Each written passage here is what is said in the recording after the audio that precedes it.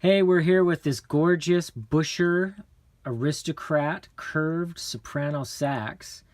This is Jay Easton's Soprano Sax. You can find him at jayeaston.com. He's a great sax player, and he's brought this in, and we've done a little bit of custom key leaves work.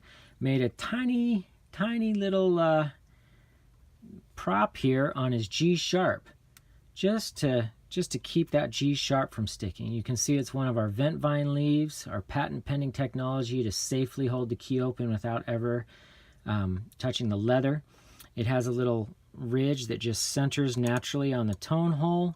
It's held down by the pressure of the key, the spring pressure of the key, and there's a little bump on top that touches the resonator so that it never comes out. It just centers gently on that tone hole and the downward pressure of the key itself. And then we got a nice little monogrammed key leaves pull tab, so that when you need it out, you just loosen up the key and then gently remove that, put it in the case, and then put it back when you're done playing. That way you don't have to worry about sticky G sharp ever again on your awesome Buescher Aristocrat Curved Soprano Sax. Check us out at keyleaves.com. And check out Jay Easton at jayeaston.com.